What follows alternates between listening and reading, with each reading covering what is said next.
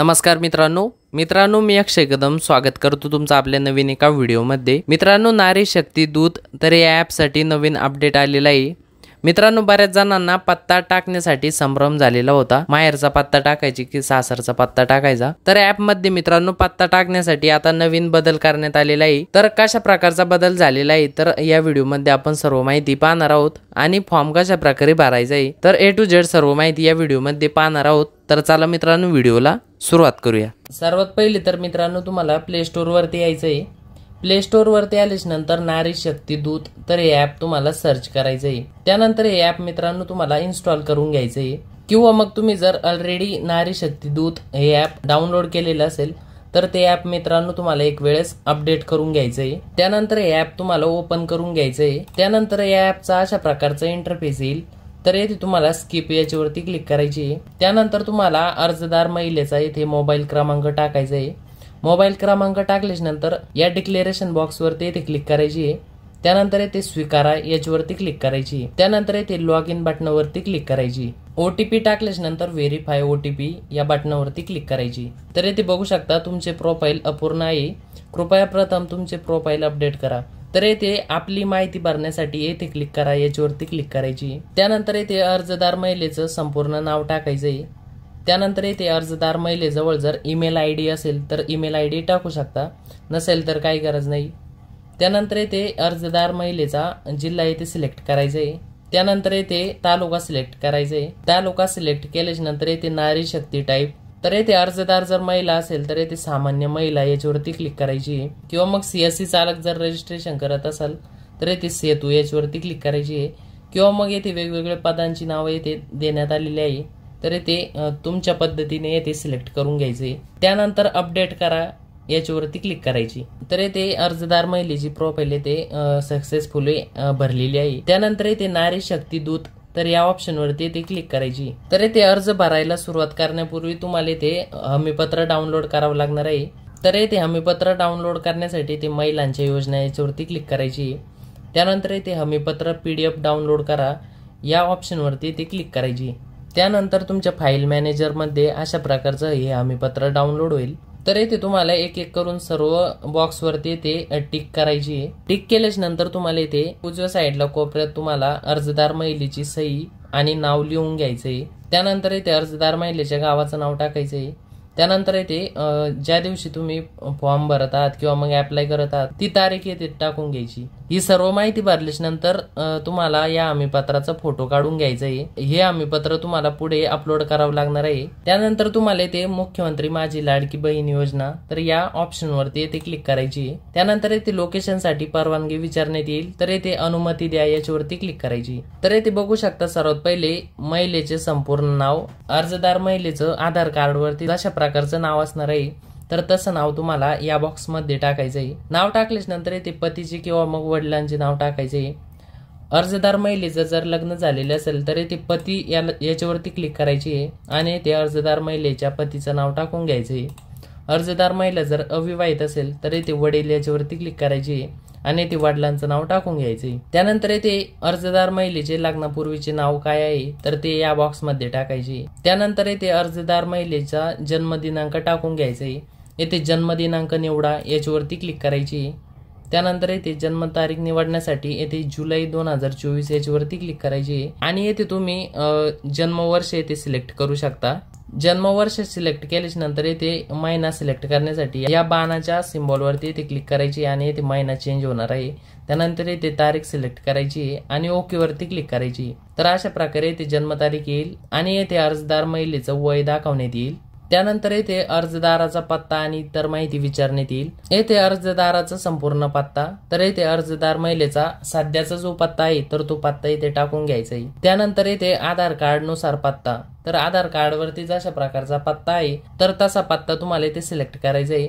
येथे सर्वात पहिले तर जिल्हा सिलेक्ट करायचा आहे, तर येथे जिल्हा याच्यावरती क्लिक करायची आहे आणि येथे जिल्हा सिलेक्ट करायचा आहे। जिल्हा सिलेक्ट केल्याच्या नंतर येथे तालुका सिलेक्ट करायचा आहे। तालुका सिलेक्ट केल्याच्या नंतर येथे अर्जदार महिलेच्या गावाचं नाव टाकून घ्यायचं आहे।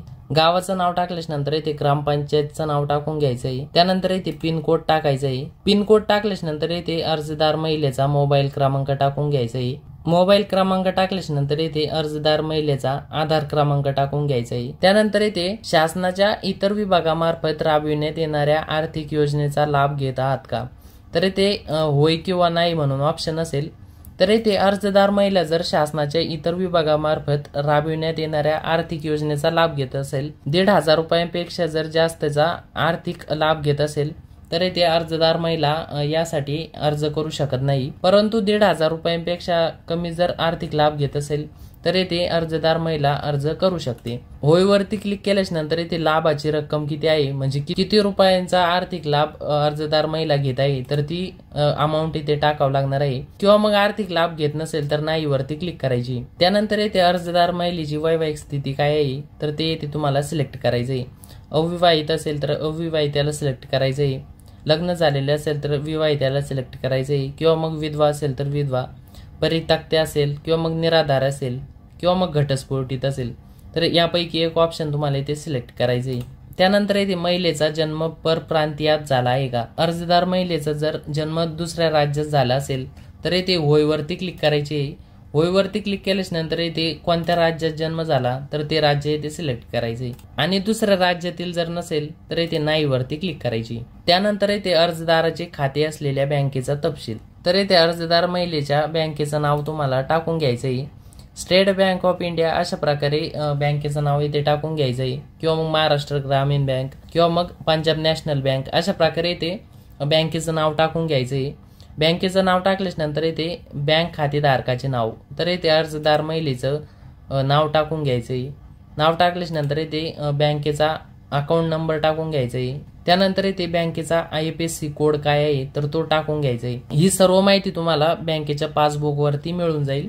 आणि येथे सर्वात शेवटी आपला आधार क्रमांक बँक खात्याला जोडला आहे काय। अर्जदार महिलेचा आधार कार्ड जर बँक अकाउंटला लिंक असेल तर येथे होय वरती क्लिक करायची, आणि लिंक जर नसेल तर येथे आधार क्रमांक बँक खात्याशी पहिले तर लिंक करून घ्यायचं आहे, आणि त्यानंतरच येथे अर्ज करायचा आहे। त्यानंतर येथे आता डॉक्युमेंट्स अपलोड करायची आहे। सर्वात पहिले तर अर्जदार महिलेचं आधार कार्ड येथे सिलेक्ट करायचं आहे, तर आधार कार्ड याच्यावरती क्लिक करायची आहे, आणि इथे गॅलरीमध्ये जर तुम्ही आधार कार्ड सेव्ह केलेलं असेल तर गॅलरीवरती क्लिक करायची आहे, किंवा मग कॅमेरा याच्यावरती क्लिक करून डायरेक्टली तुम्ही आधार कार्डचा फोटो इथे क्लिक करू शकता। तर मी येथे गॅलरी याच्यावरती क्लिक करणार। त्यानंतर येथे अशा प्रकारे आधार कार्ड सिलेक्ट करायचे, आणि येथे तुम्हाला आधार कार्डचा प्रिव्ह्यू दाखवण्यात येईल। त्यानंतर येथे अधिवास प्रमाणपत्र किंवा मग जन्म प्रमाणपत्र किंवा मग शाळा सोडल्याचा दाखला म्हणजे TC, तर यापैकी कोणतं पण एक डॉक्युमेंट येथे अपलोड करायचं आहे। येथे तुम्ही रेशन कार्ड पण अपलोड करू शकता। रेशन कार्ड वरती परंतु अर्जदार महिलेचं नाव असायला पाहिजे, आणि रेशन कार्ड 15 वर्ष जुनं असायला पाहिजे, किंवा मग तुम्ही अर्जदार महिलेचं मतदान कार्ड पण येथे अपलोड करू शकता, आणि ते पण 15 वर्षापूर्वीच असायला पाहिजे। तर येथे मतदान कार्ड किंवा मग रेशन कार्ड जे डॉक्युमेंट असेल तर ते डॉक्युमेंट अपलोड करायचे। त्यानंतर येथे उत्पन्न प्रमाणपत्र किंवा मग पिवळे किंवा केशरी रेशन कार्ड, पिवळे किंवा मग केशरी रंगाचे रेशन कार्ड जर अर्जदार महिलेजवळ जर असेल तर येथे रेशन कार्ड तुम्ही अपलोड करू शकता, किंवा मग उत्पन्न प्रमाणपत्र असेल तर ते पण तुम्ही येथे अपलोड करू शकता। त्यानंतर येथे अर्जदाराचे हमीपत्र, तर येथे सुरुवातीलाच मी तुम्हाला सांगितलं होतं तर ते हमीपत्र डाउनलोड करायचे। त्यावरती अर्जदार महिलेची माहिती भरायची आहे, सही घ्यायची आहे, आणि त्या हमीपत्राचा फोटो तुम्हाला फोनमध्ये काढून घ्यायचा आहे, आणि तो फोटो तुम्हाला येथे या ऑप्शन मध्ये येथे अपलोड करायचा आहे। त्यानंतर येथे अर्जदार महिलेचं बँकेचं पासबुक अपलोड करायचं आहे। त्यानंतर येथे महिलेचा जन्म परराज्यातील असल्यास पतीचे कागदपत्रे, तर येथे अर्जदार महिलेने जर महाराष्ट्रातील पुरुषाबरोबर जर लग्न केलेले असेल तर त्या महिलेच्या पतीचं येथे अधिवास प्रमाणपत्र किंवा मग शाळा सोडल्याचे प्रमाणपत्र म्हणजे TC येथे अपलोड करू शकता। त्यानंतर येथे अर्जदाराचा फोटो याच्यावरती क्लिक करायची आहे, आणि येथे अर्जदाराचा लाईव्ह फोटो तुम्हाला कॅप्चर करायचा आहे। येथे पासपोर्ट फोटोवरून फोटो काढू नका, डायरेक्टली लाईव्ह फोटो तुम्हाला इथे घ्यायचा आहे।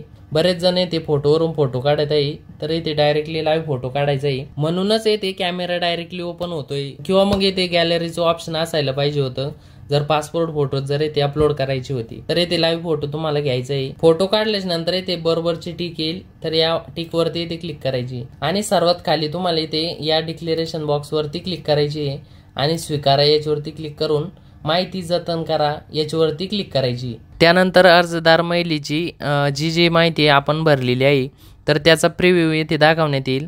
तर येथे माहिती भरते वेळेस जर काही चूक झालेली असेल तर बदल करा याच्यावरती क्लिक करून तुम्ही फॉर्म एडिट करू शकता। त्यानंतर येथे खाली आल्यानंतर तुम्हाला जे डॉक्युमेंट्स अर्जदार महिलेचे अपलोड केलेले आहे तर त्याचा प्रिव्ह्यू येईल। त्यानंतर येथे फॉर्म सबमिट करा याच्यावरती क्लिक करायची। त्यानंतर अर्जदार महिलेच्या मोबाईल क्रमांकावरती एक OTP येईल, तो OTP तुम्हाला येथे टाकून घ्यायचा आहे। OTP टाकल्यानंतर व्हेरीफाय OTP याच्यावरती क्लिक करायची। त्यानंतर सर्वे हॅज बीन व्हेरीफाईड अशा प्रकारे येईल। तर येथे अर्जदार महिलेचा फॉर्म येथे सबमिट झालेला आहे। तर येथे अर्जदार महिलेची माहिती दाखवण्यात येईल, मोबाईल क्रमांक दाखवण्यात येईल, कोणत्या दिवशी फॉर्म भरला तर ती तारीख दाखवण्यात येईल। तर अशा प्रकारे तुम्ही मुख्यमंत्री माझी लाडकी बहीण या योजनेसाठी ऑनलाईन अर्ज करू शकता।